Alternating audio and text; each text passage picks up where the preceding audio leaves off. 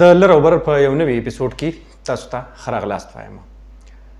په ننني قسط کې به موږ خبره کوو په پښتونخوا کې چې کوم نن واقعیات رامخې ته شوي دي، خاص کر په باجوړ کې الیکشن شوی دی. نو بل طرف ته د ګیلمن وزیر چې کوم مړی دی هغه د اسلام آباد د پیمز هسپتال نه د قافلې په صورت کې یوړلی شو تر د وزیرستانه پورې. په دې دواړو کې یو څیز چې کوم دی نو هغه مشترک دی او هغه دا دی چې مزاحمت وګټله، یعنی د امن او مزاحمت چې کوم دی نو هغه وګټله، خو ګیلمن وزیر چې کوم دی نو هغه پکې د منځه لاړو. هغه مشترکات چې کوم دي نو هغې کې دغه یو څیز مشترک و چې که تاسو فکر هغې ته وکئ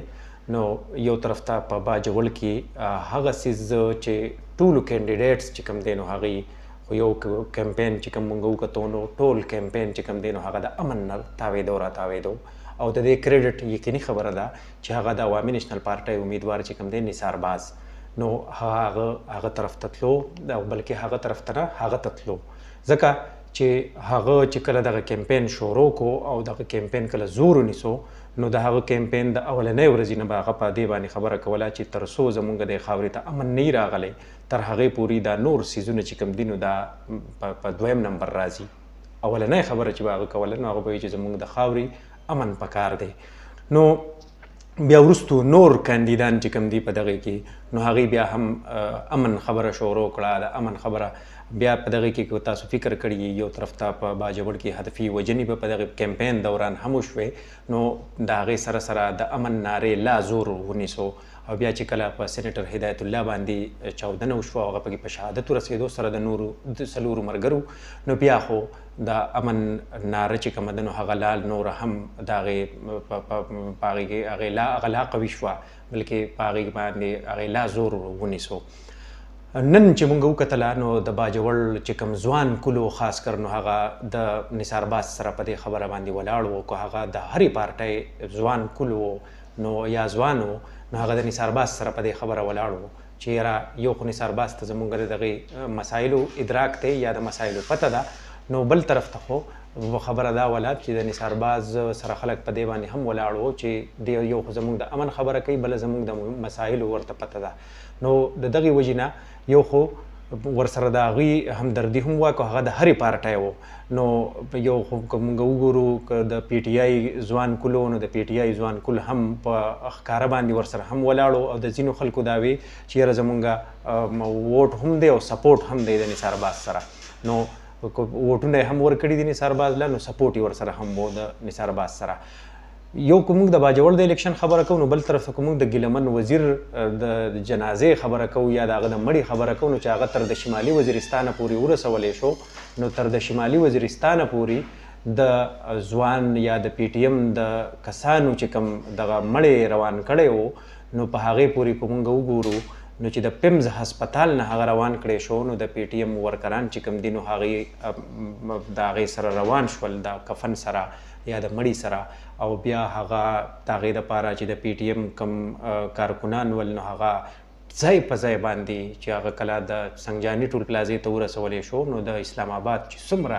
کارکنان ول هغه ټول راجمع شول، یو قافلې شکل اختیار شو، بیا چې تر د صوابۍ پورې ورسېدو، بیا چې کله د پېښور M1 ټول پلازه باندې هغه کوزېدو،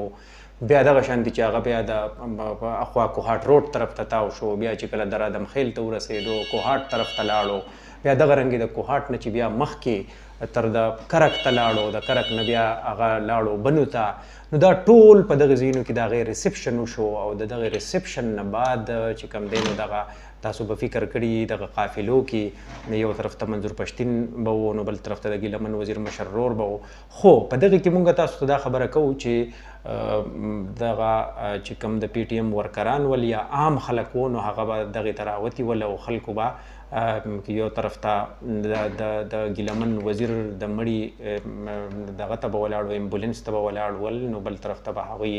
دغه چغې والې چې موږ امن غواړو، امن زنده باد او د امن په حوالې سره به هغوی چغې والې، نو ښکاري داسې چې ګنې د خلکو امن طرف ته لیوالتیا زیاته وه. نو ځکه ما خبره کوله چې یو طرف ته که موږ د باجوړ د الیکشن خبره کوو نو چې په هغې کې هم د امن ګټه وه، نو بل طرف ته د ګیلمن وزیر چې کوم مړی و نو په هغې کې هم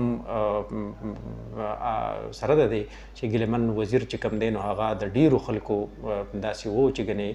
ډېر خلک پې زړونه دردېدلي ول، د ډېرو خلکو پې زړونه خفه ول، خو بیا هم خلکو لکه په دغه حالاتو کې یا په دغه صورتحال کې هم خلکو د امن خبره کوله، د امن دغه خبره یې کوله، د مزاحمت خبره یې کوله، خو مینلی خبره که مونږ کوو نو د امن خبره خلکو کوله او د امن غوښتنه یې کوله. په هغې کې که تاسو وګورئ د پی ټي ایم د مشرتابه یا د مشر چې کوم قیادت و نو هغوی به هم دغه خبره کوله، خلکو له به یې دغه ورکوو چې تاسو به زغم کوئ، مونږ به قربانۍ ورکوو، قربانۍ به دغه ورکوو، خو یو خبره به یې دا کوله چې تاسو به د زغم نه کار اخلئ، قربانۍ لا نورې به هم ورکوو، خو مطلب مونږ به پر امن اوسیږو. نو زمونږ د خاورې که هر څومره مسایل ډیر دي، تکلیفونه ډیر دي، خو بیا هم د امن دپاره به همدغه مبارزه چې کوم دی نو دا به جاري ساتل وي، ځکه چې